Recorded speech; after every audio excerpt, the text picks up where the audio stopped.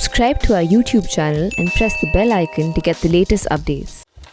One of the most valuable stakeholders for ECI, friends from media.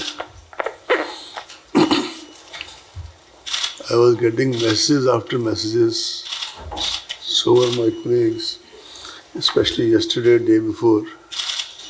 So I only wrote one sentence, that please enjoy your weekend. Nothing else. I would like to start the press conference, our interaction rather, and I would like to make it very clear at the very outset that as always, you can ask as many questions as you like. Of course, Shefali ji would kind of moderate and regulate that part. I would like to start this interaction by formally introducing our colleague who has taken over very recently, Rajiv Kumar ji, in the Election Commission. Just as the gain of ADB is a loss of ECI in respect of Mr. Lavasa, Rajiv Kumar ji is not a stranger to any of you. In fact, he is not a stranger to the country as such, having been banking secretary in the most turbulent and difficult times, finance secretary of the country, and earlier establishment officer in the Department of Personnel, besides his many other distinguished his other assignments. And he is also, from the very limited interaction in the last couple of days, one can know that he is also like both of us, me and Sushil ji. He plays under the radar, but plays very effectively.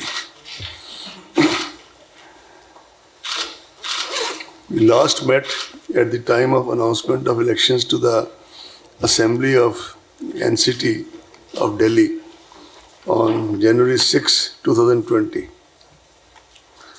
The world has changed significantly since then, and certainly not for the better. The uncertainty and devastation caused by COVID-19 in the world has changed the way we live and work. It has forced a so-called new normal, which is not normal, but it's a new normal in every aspect of our lives, social, economic, and cultural. As the pandemic spread across the world, the first reaction of the election management bodies of many countries where elections were due was to postpone the elections, hoping that the pandemic would soon loosen its grip and they'll be able to conduct their elections in a more conducive environment. More than 70 countries postponed the elections. However, as the days and months passed and the COVID does not really show any sign of abating and went on unpredictable curves and trajectories, going up one day, going down, slightly down, and then very up another day, it was realized that some way would have to be found to balance the democratic rights of the citizen, of the electorate, to choose their representatives, while also making a very sincere effort and systematic effort to protect the health and safety of the people. Consequently, many countries hazarded to venture and took the courageous decision to go ahead with the elections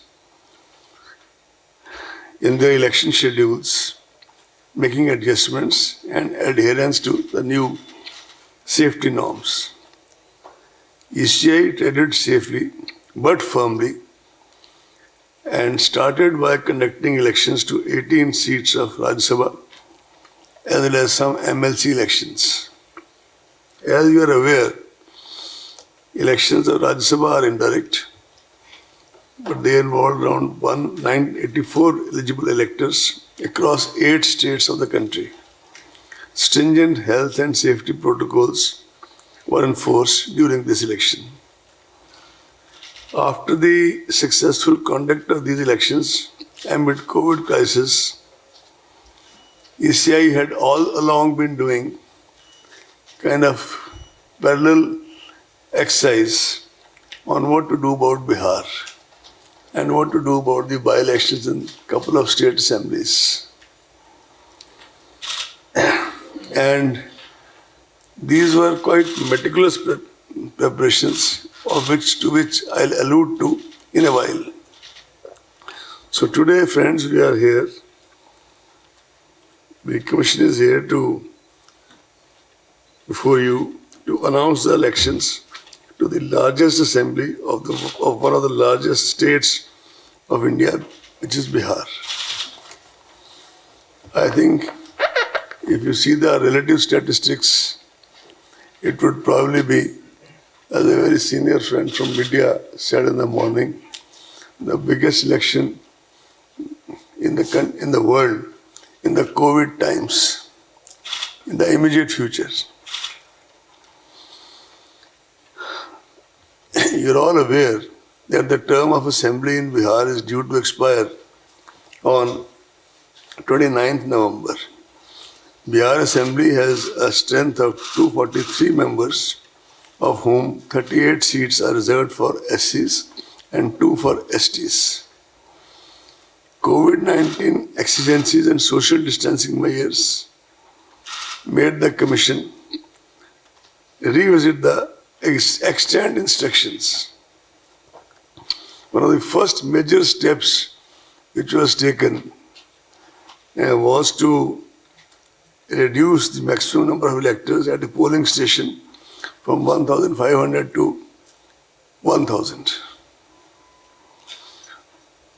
I am sure you will kindly appreciate the magnitude of this revision, because the number of polling stations as a result of this decision went up from 65,337 in the year 2015, the year of last, and to more than 1 lakh in 2020.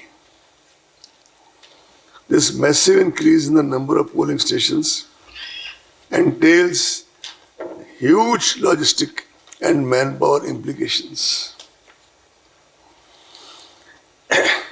The special summary revision of the electoral rolls of Bihar was held with reference to 1/1/2020 as the qualifying date, and the final roll was published on February 7, 2020.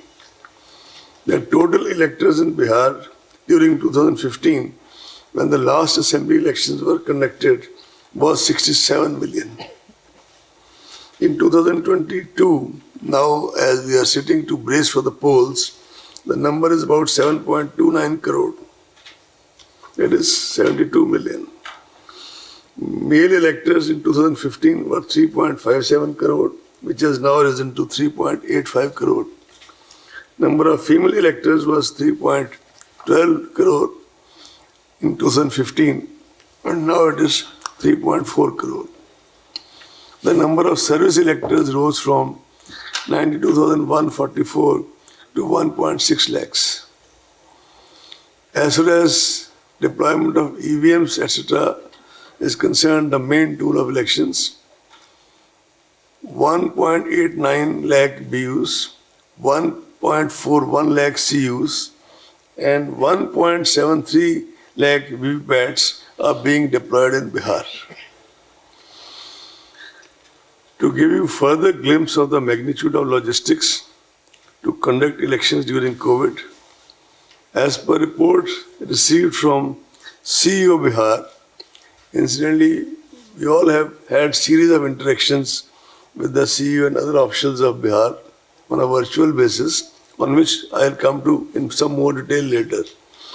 More than 7 lakh units of hand sanitizers, about 46 lakh masks, about 6 lakh PPE kits, 7.6 lakh units of face shields, and about 23 lakh hand gloves have been arranged. For the voters, that is 77.2 crore single-use hand gloves have been specifically arranged when they press the EVM, etc. As per reports received from the field units and collated by CEO Bihar, there were about 18.87 lakh migrants across 38 districts of Bihar. Out of these, 16.6 lakh were eligible to vote, being more than 18 years. 13.93 lakh had their names already on the rolls. During the process of continuous updation, 2.3 lakh voters were registered, and the process of updation is still on. I would take this opportunity to compliment CEO Bihar, the district election officers there, and the election machinery at the district and sub-district level, that they made assiduous efforts to connect with so many migrant workers in the process of registration. Now I come to some more special measures for COVID-19 safe elections. Elections usually involve large gatherings, not only on election day itself, but during campaigns, nominations, and other practices. These events increase human-to-human contact and the risk of direct and indirect disease transmission. The Commission has therefore taken the following steps to mitigate the risk and ensure safe elections. One of the significant ways in which the health impact of COVID-19 can be mitigated is by exploring options to in-person voting for certain vulnerable categories of people. You would recall that way back in October 2019, that is pre-COVID times, on the recommendations of the Commission, the concept of absentee voters was introduced. And it was used very effectively in Delhi at that time, after that. In the elections in Bihar, postal ballot facility has been extended as an option to senior citizens aged 80 and above. We were wanting to extend it to people from 65 and above. Political parties had their own views, but ultimately what clinched the argument of not going for that this time is that because of the increase in the number of polling stations, already our manpower requirements had increased so significantly that we realized we may not be able to manage the 65 part. So it remains 80 years. Persons with disability, fact in the electoral roll, and COVID-19 suspect or affected persons all shall be taken care of. And in that we are following regarding the COVID-19, even in Rajya Sabha, one or two MLAs who were suspected, they had to vote, cast their votes at the very end, after everybody else had gone through the voting process. Special protocol has been, there is also a facility of postal ballots wherever required or wherever asked for. We'll also be deploying a lot of teams to ensure this process, as have been employed, and that we get a lot of cooperation. I'm wanting to tell you that we get a lot of cooperation from civil society we have been getting in the past, and I'm sure we'll get now also. Special protocol has been devised for electors who are COVID positive, suspect, quarantined, so that such citizens are able to exercise their franchise without in any way jeopardizing the health of other voters. COVID-19 patients who are quarantined will be able to cast their vote at the last day of the hour, poll day, at their respective polling stations, as I said earlier, under the supervision of health authorities, strictly following the laid down measures. This is besides the option of postal facility already extended to them. Nodal health officers will also be appointed at the state district level to oversee COVID-19 related arrangements and preventive measures during the entire electoral process. In order to further decongest polling spaces and allow more free movement of the voters, polling time has been increased. Polling time has been increased by 1 hour. Polling will now be held from 7 a.m. to 6 p.m. instead of 7 a.m. to 5 p.m. earlier. However, this will not be applicable to the left-wing affected areas. Nomination form and affidavit can now be filled up online and printouts submitted to RO. Offline is also allowed, but online is also been introduced. Besides all this, security money can also be deposited through online mode. Candidates can also seek electoral certification digitally. The number of persons accompanying a candidate for submission of nomination has been restricted to 2. I repeat 2. And the number of vehicles shall be restricted to 2. I repeat 2. Door-to-door campaigning has been restricted to 5 persons, including the candidate. Road shows are allowed, subject to the convoy being broken after every 5 vehicles. All election meetings and gatherings will have to adhere strictly to the health and safety protocols and shall be monitored at all levels by the election and health machinery in the field in the various districts of Bihar. I want to dispel doubts, friends, that all physical contact has been prohibited in election meetings and campaigning. In fact, the very fact that instead of talking to each other virtually today, we may not be accommodated all of you, but we still have made an effort to at least talk in person. It is an indication from the side of Election Commission that all this propaganda going on in certain sections, that only virtual campaigning will happen, etc., has been quite widely off the mark. Yes, we have stated that the number of people who can who can congregate at a certain place has been limited. The DEOs shall identify dedicated grounds in advance where public gatherings can take place with social distancing norms clearly marked to ensure the safety of the attendants. I must report to you that already this exercise has been completed by DEOs. In fact, even within the commission now, we have a list of such grounds available district-wise, although this is not for commission to kind of take any kind of day-to-day call on this. It is for the CEO and the district magistrates. But we've got all the information. And the DEOs have been instructed to kind of already do the circling, etc., as per the COVID norms. That has been done by the CEO of Bihar. A committee of officers was set up at the commission to chalk out broad guidelines for conducting elections amid COVID. This committee was chaired by Shri Umesh Sinha, Secretary General. And it had various stakeholders, many of them contacted virtually. And they had detailed deliberations with the chief electoral officers of various states, UTs, just to have a feedback or various suggestions and inputs. The commission also took inputs of political parties. They were initially given some time, they wanted some more time, which was extended as they desired. And the commission has a feedback from all the political parties with us, considering all the relevant factors and circumstances and keeping in view the safety norms specified by MHA.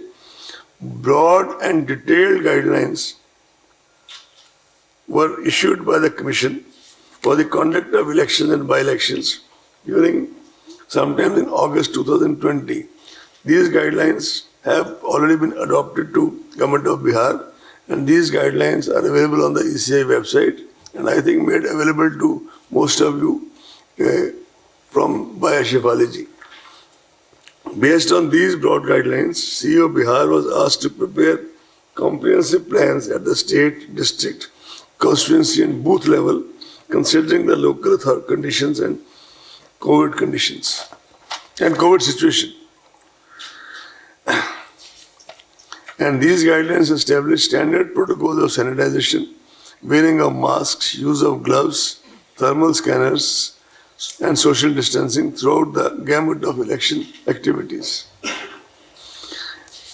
As the gradual and phased unlock has been initiated in various parts of the country, several meetings were held, as I said earlier, at the level of Secretary General ECI Shri Umesh Sinha and all other colleagues from ECI and officers of commission with officials from MHA, railways, central agencies regarding security forces, strategic and communication measures to be put in place.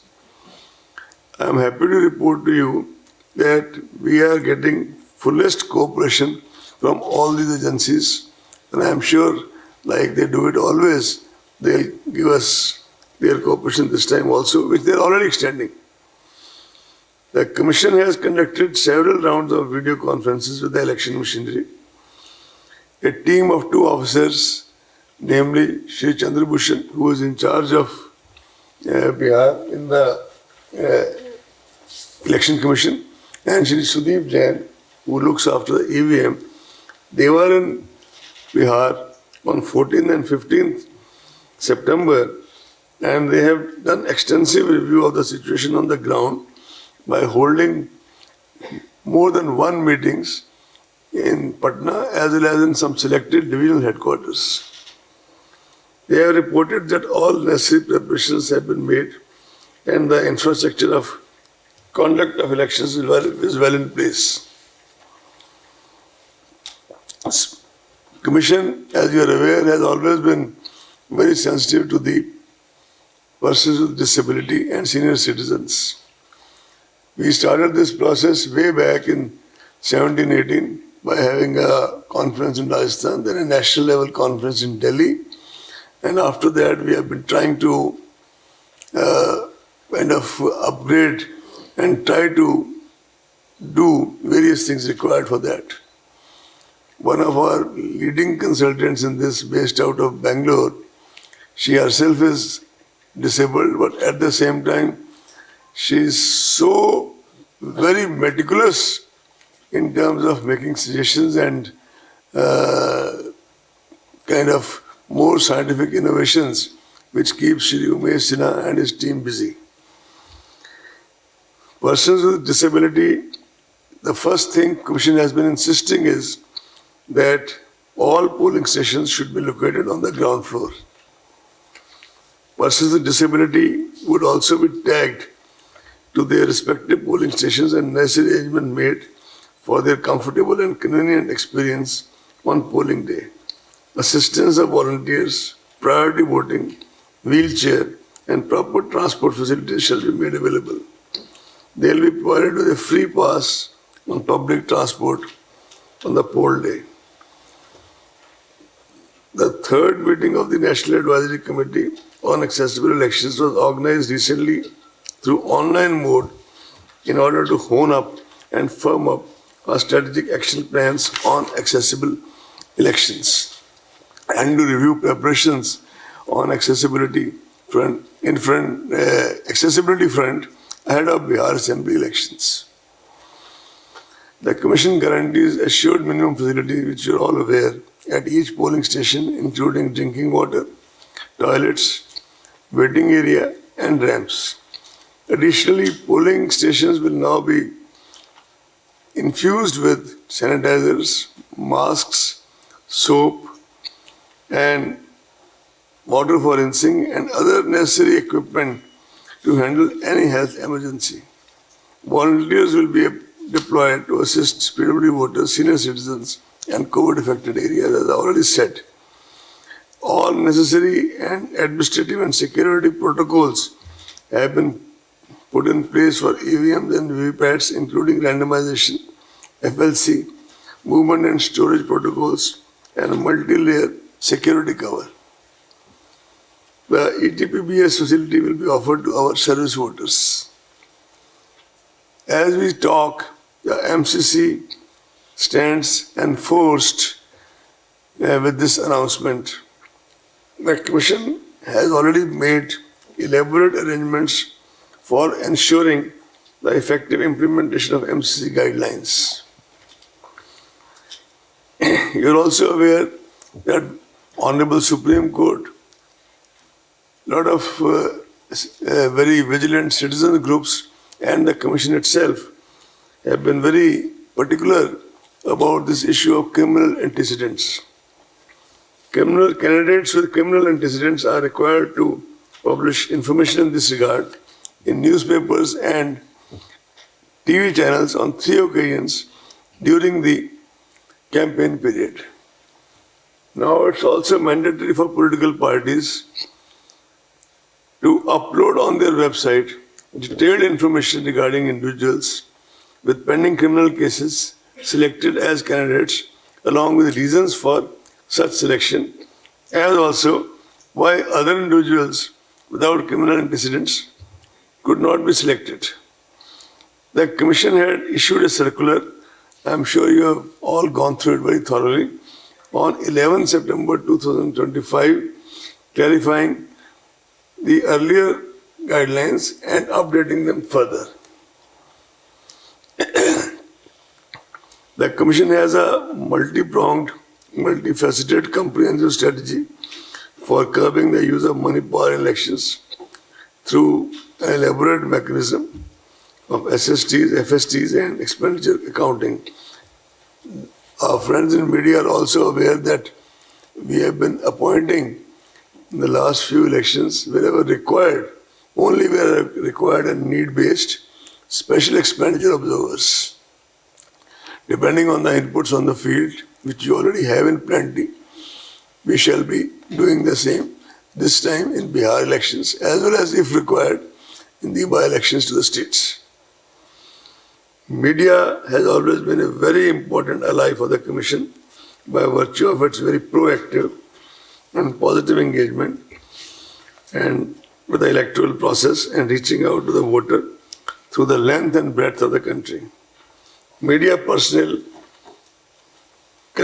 covering election activities would be requested to follow all the extant guidelines issued by the Commission and the various state governments. The Bihar state government, in case of by-elections, various state governments.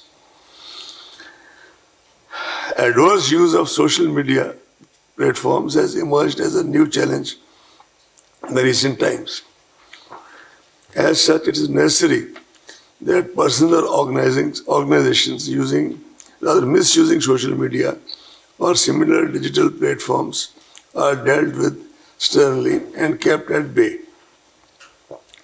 The Commission would like to make it emphatically clear that anyone who makes mischievous use of social media, for example, trying to foment communal tensions, etc., for electoral purpose, shall have to face the consequences under the law of the land. You are also aware that in the run-up to the Lok Sabha elections, a group of our officers had engaged with the media platforms and their association, and they had submitted a voluntary code of ethics to the ECI by their platforms, which most of them observed quite scrupulously. The social media platforms are expected to make adequate arrangements to safeguard against misuse of their platforms and set up strict protocols to handle such issues as and when they arise. If such arrangements are not made by them and they would not be allowed to take the pretext of being only the providers of platform and shall be held responsible if necessary action is not taken by them promptly and adequately.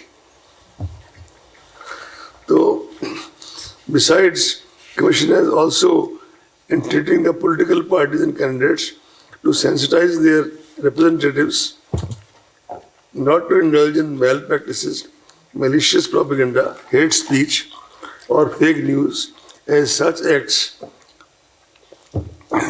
shall be dealt with sternly, harshly by the Commission.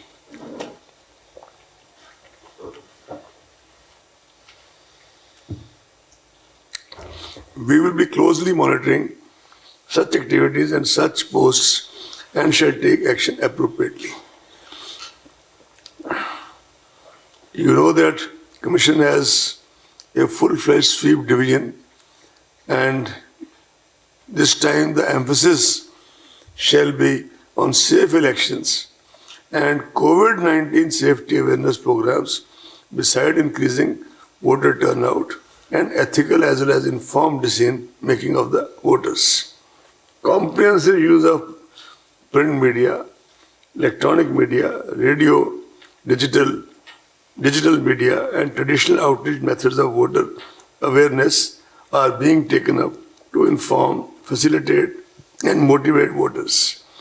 With all comprehensive arrangements made at the polling station, we hope that people, the ultimate arbiters in the democracy, shall participate with full enthusiasm, and the voter turnout will be more than the previous elections.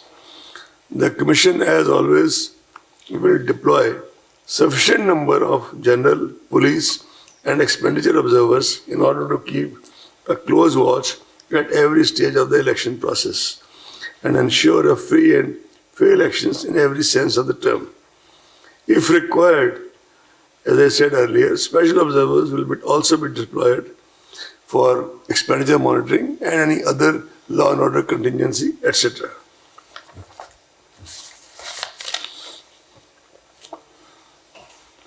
The Commission has tried to harmonize integrating cutting-edge technology in our election processes for the last 5-6 years, and that process is an ongoing process. Applications like Booth App and C-Vigil have simplified procedures, made data available at the click of a button, and connected ECI to every stakeholder through their mobile services. Before I finally move on to announce the schedule for Bihar Assembly elections, I would like to tell you that the Commission took various factors into consideration while deciding the election schedule. Elections entail large-scale deployment and movement of security forces from various parts of the country, and we try to minimize their movement over long distances. This is both to reduce their body fatigue as well as to kind of reduce the travel time, etc., and make them feel fresh after a day or two of rest for the election duties. The prevailing COVID situation and necessity of social distancing was also kept in mind.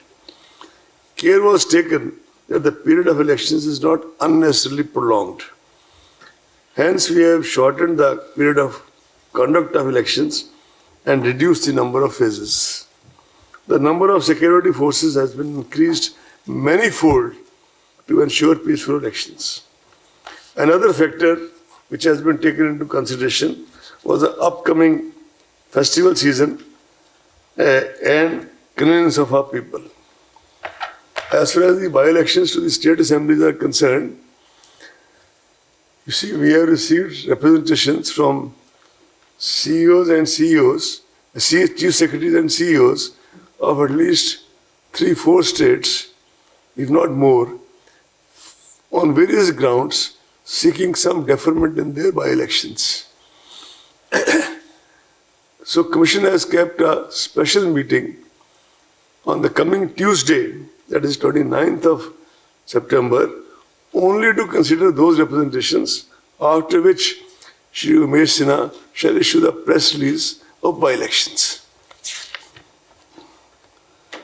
The schedule for elections for the Legislative Council of Bihar and Karnataka, teacher and graduate segments, which were deferred by the Commission earlier due to the unforeseen situation of public health emergency, etc., from on 8 June 20 shall also be announced today in a separate press release by Dharmender and Shri Umesh Sinha.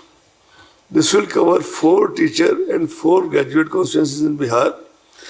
Karnataka elections will be held for 2 graduate and 2 teachers constituencies.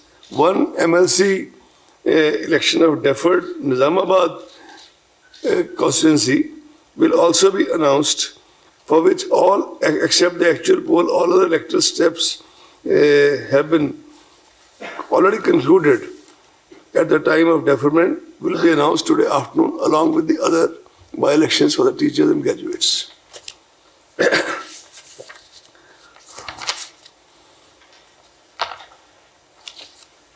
So I think now I would like to read out the statement for which you have been sitting here. And I thank you for your patience. General elections to the Legislative Assembly of Bihar shall be conducted in 3 phases. In first phase, 71 assembly constituencies in 16 districts, including most of the LWE districts, will go for poll. It will be held in approximately 31,000 polling stations. In second phase, 94 assembly constituencies in 17 districts will go for poll. It will have approximately 42,000 polling stations. All this is going to be made digitally available to you in the next half an hour, if not more. Sorry? General elections to the Legislative Assembly of Bihar will be conducted in 3-phase elections. Is it clear? Yes, Neeraj, to you it's clear? Yes.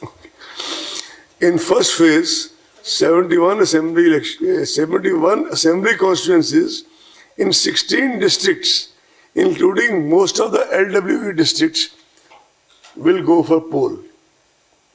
It will be held in approximately 31,000 polling stations. Am I clear? Yes. Can I go next? In that I'll come to. I'm keeping some suspense. I want you to. No, this is a part of the point. I want you to stay with us for some more time. In second phase, 94 assembly constituencies in 17 districts will go for poll. It will have approximately 42,000 polling stations. In third phase, 78 assembly constituencies in 15 districts will go for poll. It will have approximately 15 districts. Third phase, 78 assembly constituencies in 15 districts will go for poll. It will have approximately 33.5 thousand polling stations. 10 districts will have 2 phases of elections for logistical reasons. 28 districts will have single-phase elections. Patna and Bagalpur districts will have elections in the first as well as second phase. 8 districts, namely Darbhanga, Madhubani, Purba Champaran, Paschim Champaran, Muzaffarpur, Vaishali, Samastipur and Sitamarhi will have elections in second and third phases. 8 districts, namely Darbhanga, Madhubani, Purba Champaran, Paschim Champaran, Muzaffarpur, Vaishali, Samastipur and Sitamarhi will have elections in second and third phases. So now, without further, keeping you in more suspense, issue of notification. First phase, 1st October. Am I clear? Last date of nomination, now I am reading only first phase, right? When I come to second phase, I will mention that. First phase, issue of notification, 1st October. Last date of notification, 8th October. Is it right? Scrutiny of nominations, 9th October. Is it clear? Last date of withdrawal of candidature, 12th October. Date of poll, 28th October. Counting of votes, 10th November, but that will be for all the phases, right? With your permission, 10th November. Can I now go to second phase, please? You there? Okay. Issue of notification, 9th October. Last date of nomination, 16th October. Whenever you want me to repeat, I will repeat, gladly repeat. Scrutiny of nomination, 17th October. Last date of withdrawal of candidature, 19th October. Date of poll, 3rd November. Counting, as I said earlier, 10th November. Shall I go to third phase, please? Sorry? Shall I go to third phase? Issue of notification, 13th October. 13th October, 13 October. Last date of nomination, 20th October, 20 October. Scrutiny of nomination, 21 October, 21st October. Last date of withdrawal of candidature, 23rd October, 23 October. Date of poll, 7th November, 7th November. Counting of votes, 10th November.